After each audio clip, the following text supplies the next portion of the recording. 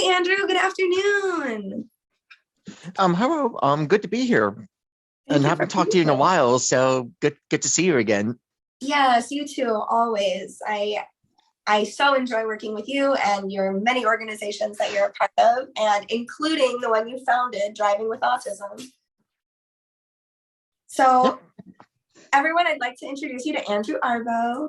He is the founder of Driving with Autism, and he has designed the curriculum himself. He also implements it, and so sorry. No And so, problem. Andrew, I'm going to pass it over to you. Thanks again for being here. Yeah. Thank for me. Yep. Thank for me here. And like I mentioned, I'm the founder of Driving with Autism. I'm pretty much an all online program. It mostly consists of webinar series and along with just more continuous supports and also other resources. All 50 states. All 50 states, and you don't have to worry about state information. Only new that kind of more applies to me, but that's mostly the handout sheets. And if I try to do webinars on each state walls, I would rather jump off a cliff. Like it'd be way too boring. I want to focus on the more important stuff. It's also more on the new drivers to learn on themselves, honestly. Well, what's most important to you then when it comes to driving education? What is not boring and what's most important? And that's why I designed these webinar series. It's like an eight topic of webinars. I kind of go over it's more driver prep education. It pretty much it gets someone to think about, not only think about it, but also get them or motivation to drive. I go over motivation as one of the more important topics. If you don't have a reason to drive, what's the point? From my own, it's been several years since I started driving 2017-18. I got my license also on 2018. Congratulations. Mine was thanks again. I needed to get it because I was graduating from Manchester Community College in the state of Connecticut, and I needed to get around because my degree required that I needed. I mean, because it's just a really specialist program. I mean, because of all the life skills, the therapies, and it made sense. It made sense I needed to drive. So I went from going from buses to just driving, and it took a while. General anxiety, Connecticut being Connecticut and just being all over the place. Right. Try not to bash Connecticut, but the state No, makes it way too easy at times. They make it way too easy. but yeah, figuring that out, and then after a while of trial and error, got my license and ended up with this. And it's been like one thing after another. It became like an accidental interest of mine. And yesterday I was at like an offer book. I think it's called For the Love of Autism. Yeah, something like that. Hopefully I didn't butcher the title. No, I think you're right. This week's been quite crazy. And then but to give like a little off topic, but this is kind of what my week looks like. So today's almost a semi-chill day. Also just catch up and make sure things don't go, the end of the world doesn't happen. Tomorrow I'm going to a virtual conference for Autism Connections in Massachusetts. Virtual, it's for Driving with Autism. So that's pretty much my all day tomorrow. Friday, I'm going to Autism Day at the Capitol, only for the morning, and then go for my wisdom teeth. I'm not looking forward to it. I'm not really looking forward to it. And not so much on the surgery. I think I will get by in the surgery. But with the the diet changes and also money, because taking out teeth, especially wisdom teeth, is quite a bit, like around like $400 each, actually. Right. Yeah, it's something like that for a necessary surgery, isn't it? I was hoping to avoid it. Like my dad never actually had his taken out, but I didn't have a choice, and I considered all my options. So yeah, and I had mine considering taken out at 17, and I early. I ate Chipotle that night. I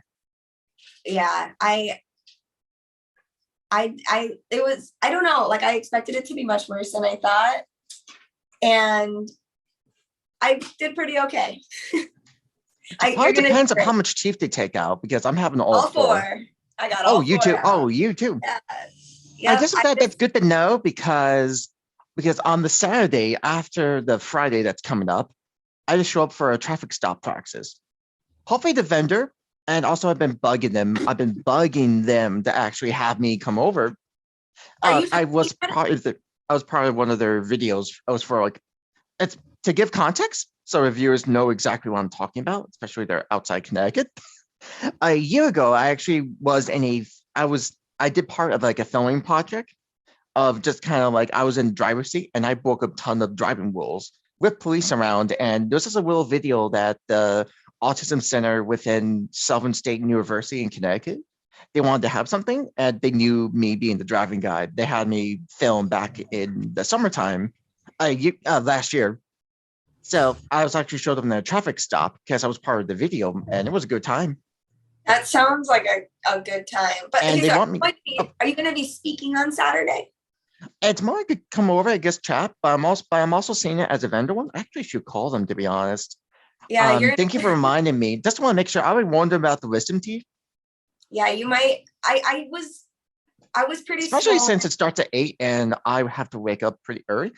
And then before, and then going back on the Friday after that wisdom teeth, I do have an important match in one of my video games where I You're play with busy. 14 people, and they told me not to worry about it, and I'm like, I know I'm gonna be there, so I kind of forced that guild to go to a compromise. I'll be like, I can go there, but if I'm not feeling the greatest 30 minutes before, they can have someone cover for me. Yeah. So Yes, yeah, well, that's my whole week in a nutshell. And pretty much we'll go to a pasta, kind of like a pasta diet. Be willing to cut the pasta into little pieces if I need to. So I just don't chew, and hopefully it won't get stuck in the teeth. Yogurt and ice cream and whatever else I can actually eat that doesn't require too much chewing, if possible. Well, I hope that your That's my schedule week in a goes well. nutshell. Picked of all the weeks for me to be the most busy, it had to be this one. Yeah, well, it's you are always busy. You're always, involved in something and speaking at something. And, I really enjoy seeing all the things that you're a part of. It, helps me learn more about Connecticut and, about autism resources. And, I've really enjoyed working with you, Andrew. So, question for you. When you think, is it a constant stream of thought or does it ever pause? I guess constant. Keep in mind, and everyone has like a very like specific say with autism, and honestly, it's like I don't fully think about it all the time. And because of the amount of things I've done, and I give the good example of this week, it's more like from like kind of irrelevant things, I don't really think about it. I rather just focus on what's kind of next to me, if that makes sense. But I guess self-reflection wise, I guess kind of constant. Unless I'm having a huge brain fart, which happens to everyone. Okay, so when you feel like your brain does that, do you feel like it sort of pauses? How do you recharge? Do you take a nap? Do you eat? Like, what do you need to do when your brain is in that space? I guess I can answer that on a work end. I try to give myself a few minutes to walk around if I need to. If I need to, that's one thing. One thing, and then if it happens during a webinar, because you pretty much speaking for like nonstop for like around 30 minutes to an hour, and it happens from time to time, and I would have to be like, do something that would be like, oh, okay, this is why I need coffee. At least say something else, just to know the fact that I just had a little brain fart during a webinar series.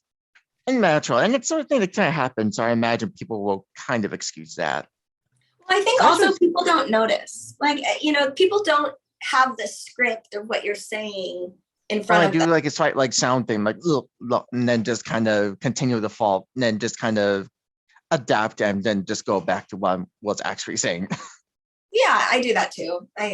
I think that it goes with the flow of conversation and the flow of presentation, and I think almost it makes you seem relatable, like you didn't, like you're speaking to a crowd, not just lecturing them. So I think that that we're autistic, we stim, we make noise, like, and we're presenting on information, and we deserve to be most comfortable in whatever that looks like. I kind of use the PowerPoint as a basis, but I also add additional faults. And if it was an in-person one, I would slightly look back at the presentation, but I would still kind of look in front. Something I've been Mhm. kind of used to for a while. I like And to do. also, I gotta get my eyes actually beyond the audience. Mhm. So it isn't just me just looking at something instead of that. And that unwritten rule of just kind of knowing the audience is a bad thing. No, I understand that. I try and like make eye contact throughout my audience. It makes me feel more comfortable. And I know that like seems like sort of Hmm. obscure because like I don't love eye contact, but there's something about like scanning a presentation crowd and finding, you know, comfortable eyes and looking around and continuing to present. And I like to do presentations too. I feel most comfortable when I'm presenting information and I can also have, so I don't just lecture and talk. I like to have stuff up on the board so I can make sure I'm following sort of a linear process. Hmm. So when you think, is it one thought back to back to back in your continuous stream or multiple thoughts at once? Maybe one or two. Maybe one or two. It can vary. I guess it can vary. I guess especially if I multitask, if I absolutely need to. If I'm like doing the talk, I might like doing notes. If I'm like doing right now, I would check notes. Or a few seconds ago, I was just checking my email. I saw something that kind of came up. Okay, so question for It you could then. disrupt, if that makes sense. Or it's kind. I Okay, guess it gets kind of weird of how like you have folks that talk about like your thinking patterns. While me and be like, I'm not sure if I apply to all of that because I'm kind of my own person. So it's like I'm not sure, or maybe I don't know, that's like bias or something, but it's kind of just one of those I don't really think about it. I just go straight to it because I hate to kind of hate to stay at one place. yeah, I interrupted you earlier, so sorry, go ahead. no worries at all. So when it's more than one, when it's maybe two, are the two things connected or are they about separate things? Or is it ever two things about one thing and then something separate? Maybe on the same thing, or if I'm engaging in some soft talk, Mhm. sometimes I do. Could be a little different. It can depend on this faults and where they go, if that Yeah. makes sense. Yeah. Okay, so when you read silently, do you hear the words? Kind of, or I might kind of say something vocally, like a kind of like a soft, like not like super loud. If I'm not like reading super loud in public, because it just draws too unnecessary attention, and I just want to do my own thing. Yes, I understand that. So when you read, you like to read to yourself out loud? Yeah, something like that. I can read binary too. Like it's kind of not really one thing or the other. I like to hear myself when I read too, because it's like I've tasted the words before I can use them. I like I'm that. most likely to react. If it was like emails, I would most likely react like, oh, okay. Yeah. So, okay. So you talk to yourself out loud. I do too. Yeah. Certain things, not always, because again, there's always if I'm like outside, don't want all that attention. So it is like a proven trend of geniuses that geniuses talk to themselves out loud. Hmm. I think my dad. I think I know. No, my probably drove my dad notes self talk from time to time, or at least when they younger. Well, I understand that. Okay. So back to silent reading. When you're reading silently, do you hear your own voice in your head reading the words? Maybe some words, or sometimes I may hear like guess like music, maybe if I want Yeah. to apply that. It could be more if I'm reading something that's relates to the topic. If it's like I'm reading like one of those light novels that's like I guess on an anime or video game, I might try to imagine the music from those sources. Okay, so Sometimes that kind of comes up. you imagine music in your head. I'm not always like psychology. It's just kind of more. I don't really think of music if I'm reading like a psychology textbook because I'm doing the college class, and I'd just be more focusing on just trying to get the notes and and just Okay. kind of note that down. I guess depends on the source material. So do you hear musical instruments in your head? I just hear the background music, honestly. Okay. Do you ever get a song stuck in your head? I think that happens. I think it happens to everyone like all the time. It doesn't. At It's least called most, earworm. but not always. Not always. Yeah, I think that like we think that these experiences happen to everyone because they happen to us constantly. But in all actuality, not everyone gets Hmm. music stuck in their head, or not everyone can Hmm. hear music in their head, or not everyone plays music in their head to what they're reading. It's Hmm. amazing. Yep. It's Yeah, incredible. that's true. That's true. Yeah. Okay, so when a song gets stuck in your head, can you replay it or can you change it? I guess I can re. I guess I can replay in case if I hear it. If I Cool. can hear it numerous times, which I mean, guess driving wise, it applies. Mhm. That is really cool, Andrew. Okay, so you said earlier about trying to imagine things. So when you read, do you ever see pictures? Guess it depends. Like it depends on the source material. If I'm reading like a light novel or the video game, I Uh-huh. imagine that video game moment, especially if it's retelling like So events does that I'm already played. If that makes sense. Like if I played something like Neo Armada, if I'm reading like a chapter in one of the desert scenes, I would kind of picture that because I've already played it. okay, so you replay images in your head that you've seen before. Yes. Yeah, like kind of if I'm already familiar with the source material, like I mentioned, Neo Armada, the video game. That's really cool. Okay, so when you play video games, say one of your characters is jumping from a tall cliff to like a lower cliff and it's above a moat with crocodiles and piranhas. Though I guess piranhas don't actually eat people. But anyway, do when he jumps and can you like feel the feeling in your belly when he jumps? Like if he or like if his hair, if it blows back, can you like feel that wind in your face? Like when you watch a video game, can you feel, do you like feel what you're seeing? Hmm. I guess I don't feel the jump because I know that it's in a different reality, I guess. It is a different reality, isn't it? Okay, so when you imagine a scene you've seen before, is it in color? Yeah, pretty sure. Cool. Unless I'm picturing a black and white movie and then that's something else. Okay, so do you often picture black and white movies? And like few favorites of mine. That's If I imagine it cool. in color, I know I will have someone that would kill me. They absolutely hate colorizing in classic movies.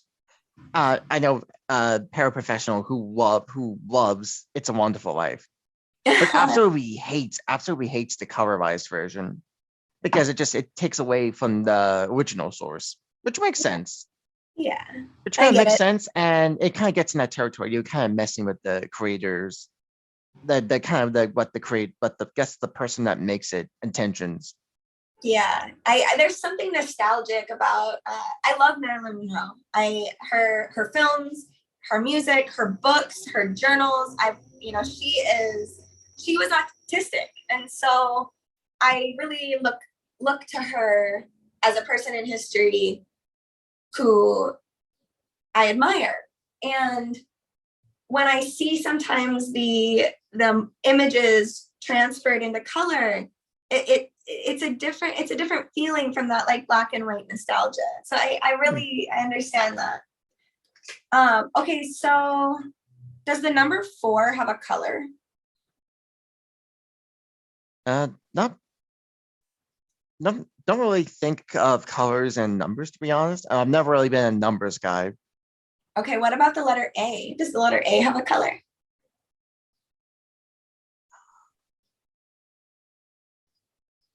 Yeah, I guess nothing comes up. That's okay.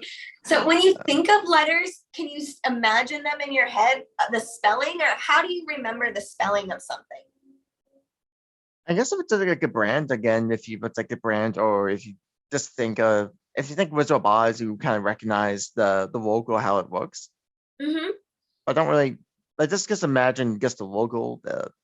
but probably just not like the color of it. I Okay, just so remember the logo. what about a word that like a